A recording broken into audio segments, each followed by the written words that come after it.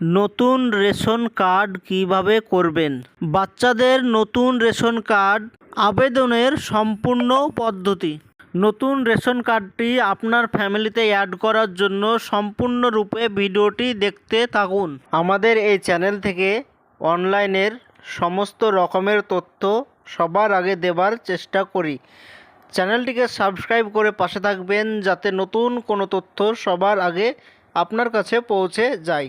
বাচ্চার নতুন ration card করার জন্য মোবাইল কিংবা কম্পিউটার থেকে যে কোনো একটি ব্রাউজার ওপেন করার পর সার্চ অপশানে এসে লিখতে হবে WB ফুড, যেটা প্রথমে এসেছে ফুড অ্যান্ড সাপ্লাই। এটা হচ্ছে রেশন কার্ডের অফিসিয়াল ওয়েবসাইট। তো এটাতে ক্লিক করে দেবেন। আপনাদের সুবিধার্থে ডেসক্রিপশান বক্সে লিঙ্ক দেওয়া থাকবে, সেটাতে ক্লিক করে সরাসরি আসতে পারবেন। এটাই হচ্ছে পশ্চিমবঙ্গ সরকারের রেশন কার্ডের অফিসিয়াল ওয়েবসাইট। তো এইখানেই আবেদন করতে হবে। তো আবেদন করার জন্য এই পেজটি নিচের দিকে স্ক্রল করে নিচের দিকে চলে আসতে হবে। দেখতে পাচ্ছেন apply for new ration card, এই লেখাটি লেখা আছে, এটাতে ক্লিক করে দিতে হবে। এখানে দুটো অপশান আছে, for new application, for existing application. তো নতুন করে অ্যাপ্লিকেশান করতে হলে তো এটাতে ক্লিক, আর কোনো ফ্যামিলিতে ঢোকাতে হলে ফর এক্সিস্টিং অ্যাপ্লিকেশানে ক্লিক। তো আমারটা ফ্যামিলিতে ঢুকিয়ে দেবো, তাই এটাতে ক্লিক করে দিলাম।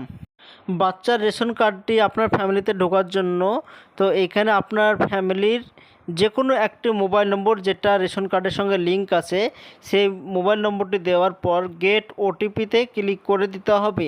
রেজিস্টার নম্বরে একটি ওটিপি দিয়ে যাবে, সেটা দিয়ে সাবমিট করতে হবে।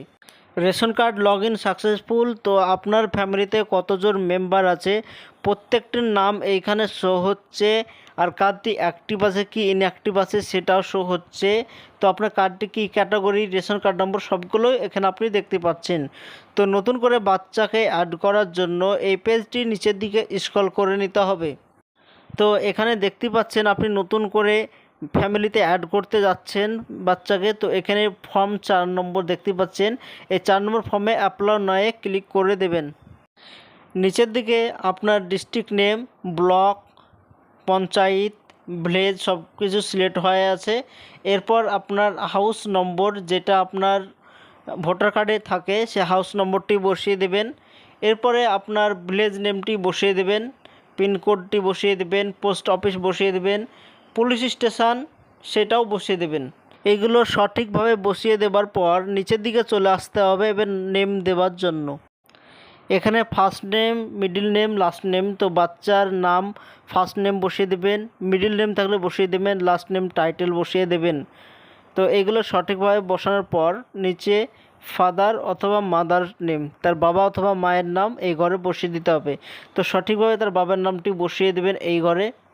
এরপর নিচে সে মেল কি ফিমেল, ছেলে যদি হয় তো মেল দিয়ে দেবেন, মেয়ে হলে ফিমেল সিলেক্ট করে দেবেন। এরপরে ডেট অফ বার্থ, তো তার ডেট অফ বার্থ জন্ম তারিখ যেটা সঠিক সেটা ডেট অফ বার্থের ঘরে আপনি বসিয়ে দেবেন। এরপরে আদার ক্যাটাগরি, তো এখানে নন অ্যান্ড অ্যাবভ এটাতে ক্লিক করে দেবেন। আর যদি হ্যান্ডিক্যাপ ডিসেবিলিটি হয় তাহলে এখানে সিলেক্ট করে দেবেন, যদি না হয় তো নন অ্যান্ড অ্যাবভে ক্লিক করে দেবেন। এরপরে নিচের দিকে চলে আসার পর বাচ্চার আধার কার্ড নাম্বারটি সিলেক্ট করতে হবে। তো এখানে তো আধার নাম্বার কার্ডটি বসিয়ে দেওয়ার পর নেক্সট অপশানে ক্লিক করে দেবেন। এরপরে বাচ্চার আধার কার্ড এবং জন্ম সার্টিফিকেট এই দুটি আপলোড করতে হবে।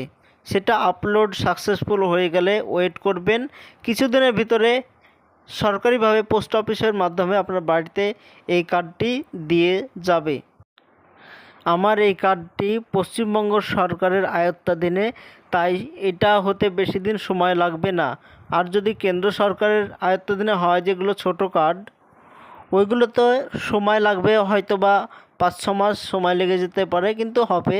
তো ওইগুলোতে ওয়েট করতে হবে। তো এটাই ছিল আজকের ছোট্ট ভিডিওটি ভালো লাগলে সাবস্ক্রাইব করে আমাদের পাশে থাকবেন যাতে নতুন নতুন তথ্য সবার আগে পেয়ে যান।